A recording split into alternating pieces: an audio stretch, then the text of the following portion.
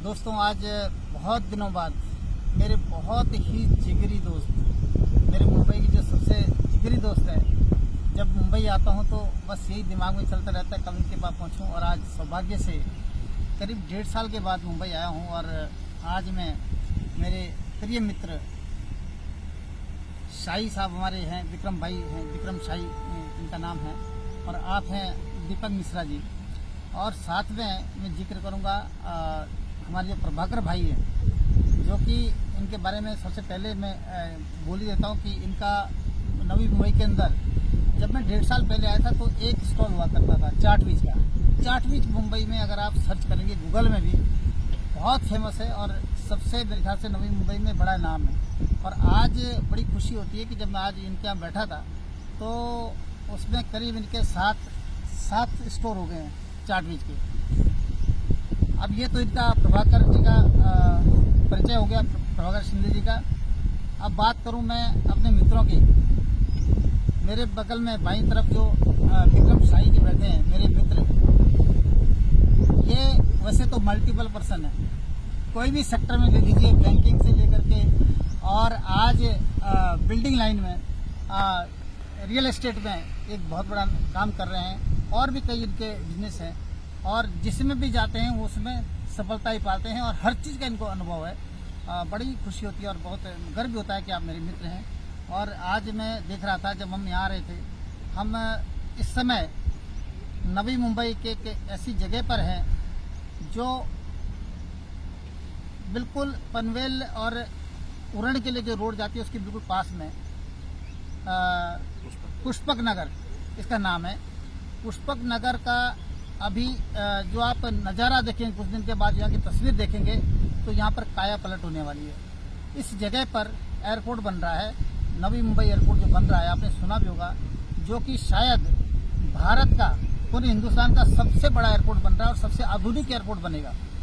और इसके अलावा आपको बता दूं, दुनिया के सबसे टॉप के जो 7 स्टार होटल हैं पूरे दुनिया भर के, उन्होंने यहाँ पर जगह एक्वायर करवा ली है, जगह बुक करवा ली है और यहाँ पर होटल बनने वाले हैं।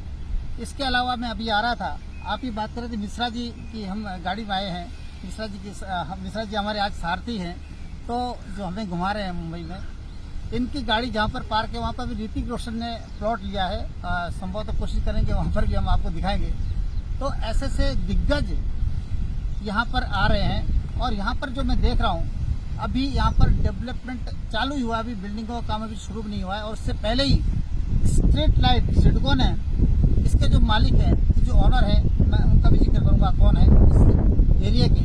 तो ये जो सिडको है, इसमें मैं देख रहा था जो सिडको है, सिडको की यहाँ पर जो भागीदारी है इसमें 26% है, 26% की भागीदारी उसमें जो है सिडको की है एयरपोर्ट में। और इसके अलावा जो 74% है, मैं अभी देख रहा था, ये नवी मुंबई एयरपोर्ट की है। तो हालांकि अभी सुनने में आ रहा है कि ये जो एयरपोर्ट का जो कॉन्ट्रैक्ट है ये लगभग अदानी को दे दिया गया है और अदानी इसको डेवलप करेंगे। और बहुत ही इसका जो मैं देख रहा था इन्वेस्टमेंट इसमें कितना होना है, मैं तो गूगल में सर्च कर रहा था, आप भी कर सकते हैं, कि इसमें कम से कम मैं तो पहले तो एरिया की आपकी बात बताऊं, 1160 हेक्टेयर में बन रहा है ये जो एयरपोर्ट है। 1160 हेक्टेयर के अंदर ये एयरपोर्ट बनने जा रहा है, जिसमें लागत की अगर बात की जाए तो लागत इसमें इंक्रीजमेंट हुआ है, लागत इसमें बढ़ाई गई है, पहले जो थी उससे इसको बढ़ा दिया गया है, काफ़ी ज़्यादा बढ़ा दिया गया है।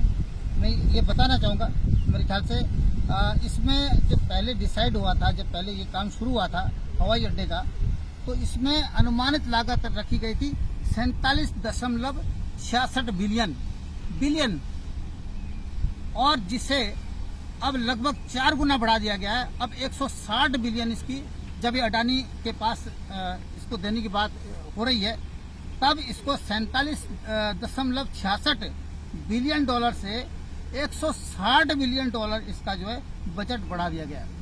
और संभवतः ये अभी जो हम देख रहे हैं, कहा जा रहा है कि 2024 में इसको तैयार होकर के इसमें उड़ानें भी शुरू हो जाएंगी, ऐसा इनका एक अनुमान है। हो सकता है कि और इसमें बड़े क्योंकि जिस हिसाब से पहले 2020 की बात हो रही थी, फिर 22 की बात हुई, अब 24 की बात बताई जा रही है। और हो सकता है और जितने साल बढ़ेंगे उतना ये बजट भी बढ़ता जाएगा। ये तो ठेकेदारी में होता ही है, ये तो चलता रहता है, क्योंकि जितना समय बढ़ेगा उतना पैसा भी बढ़ेगा और ठेकेदार का जो है बिजनेस बढ़ता है, उसको काम बढ़ता रहता है, उसका रोजगार बढ़ता रहता है।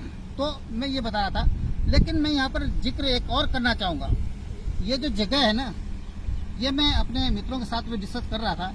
यहाँ पर एक बहुत बड़ा नाम है, जो एक यहाँ के एक संत कहलाते हैं।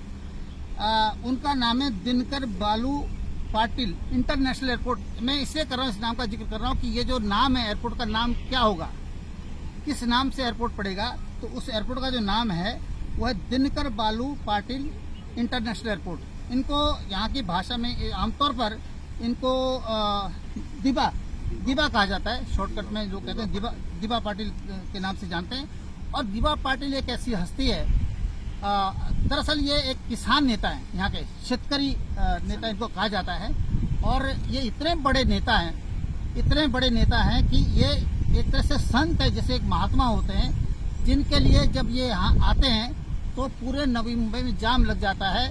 और चाहे कोई भी व्यक्ति किसी भी पार्टी का हो, किसी भी दल का हो, वो सब उनके दर्शन के लिए आते हैं, उन्हें मिलने आते हैं। उनके सबके हीरो हैं, वो सबके हीरो हैं। तो उनके नाम से जो है इस एयरपोर्ट का नाम पड़ रहा है, मैंने इसलिए इनका जिक्र किया है।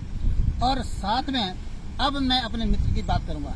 एक और मैंने इनका परिचय दे दिया, जो रियल एस्टेट से लेकर के बैंकिंग से लेकर तमाम मल्टीपल पर्सन है मेरे साथ बैठे हुए हैं, और जिनसे हम हर बार पूछते रहते हैं विक्रम भाई से, कोई भी चीज़ है जाती है तो विक्रम भाई को पैसा पूछते हैं, क्योंकि उनको सबका अनुभव है, सब चीज़ का नॉलेज है। हमारे बहुत ही छोटी उम्र में दीपक मिश्रा जी बहुत ही अभी हम में से सबसे कम उम्र के हैं, और छोटी उम्र में इतनी इनकी उपलब्धि है कि इन्होंने जो है लगभग जितने मैं जानता हूँ नवी मुंबई एरिया में तो लगभग सारे ही जितने भी बैंक हैं, तो बैंकिंग सेक्टर में जितना भी इवेंट मैनेजमेंट का काम होता है, एक छोटी पेंसिल से लेकर बैनर से लेकर उनसे जितने भी इक्विपमेंट लगते हैं बैंक के अंदर, जो भी चीज़ें लगती है, वो सारा काम, और एक बैंक का नहीं करते हैं, कई बैंकों का काम करते हैं, लगभग सारे ही जितने भी नेशनल बैंक है उसका काम करते हैं। तो इतनी बड़ी इनको उपलब्धि है और बहुत ही मेहनती है, और फिर भी ये एक सोशलिस्ट भी हैं साथ में। समाज में आप बढ़ चढ़ कर आगे आते हैं, अपना काम छोड़ करके भी जो है, जहाँ समाज की बात आती है, समाज के लिए कुछ काम करने की बात आती है, वहाँ बढ़ चढ़ के हिस्सा लेते हैं। तो ये मेरे दोस्त हैं, मुझे बड़ा गर्व होता है कि ऐसे दोस्त मेरे हैं, और जब मैं मुंबई आता हूँ इनसे मिलने के लिए बहुत आतुर रहता हूँ। और आज फाइनली मुझे सौभाग्य मिला, और साथ में मैं चाहता हूँ कि प्रभाकर शिंदे जी की भी इसमें फोटो आ जाए हमारे साथ में, इनकी वीडियो भी आ जाए, जिनका इतने कम टाइम में आपने इतनी उपलब्धि, क्योंकि अगर आप चार्टविच की बात करेंगे, चार्टविच आप गूगल में सर्च करिए, आपको समझ में आएगा, जो कि मेरे ख्याल से सबसे एक मतलब पूरी नवी मुंबई में एक बड़ा नाम है। तो उसके आप पूरा मैनेजमेंट आपके हाथ में है, आप उसको जो इतना तेजी से बढ़ा रहे हैं कि जहां 1.5 साल पहले 1-2 स्टोर हुआ करता था, आज आपका जो है एरोली में, वाशी में और खरगर में, बेलापुर में, और कहाँ पर पुलवा में है, घनसोली में है। तो इस तरह से 7 स्टोर इनके जो है अभी ओपन हो चुके हैं। और मुझे ऐसा लगता है जो इनकी जो स्पीड है स्टोर खोलने की, जब तक मैं अगली बार आऊँगा तब तक शायद मुझे लगता है कि 70 स्टोर तो हो चुके होंगे। तो इसके लिए आपके लिए शुभकामनाएं भी है, और बहुत अच्छा लगा।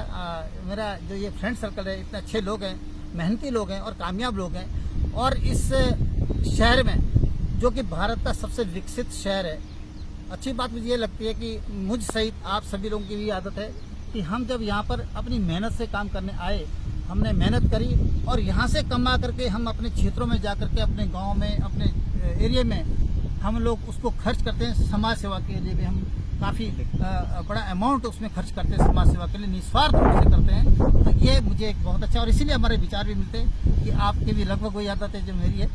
तो बहुत अच्छा लगा, और सभी दोस्तों को बहुत बहुत धन्यवाद। नमस्कार।